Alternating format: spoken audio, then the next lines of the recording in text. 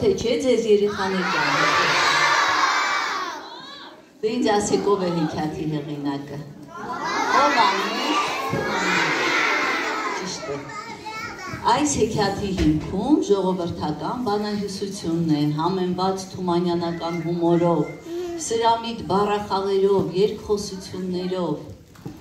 Մեր ներկայացման սկզբում հանդիպում են գյուղացիներն ու սկսում են պատմել մեզ անհավանական դեպքեր, աներևակայելի պատմություններ։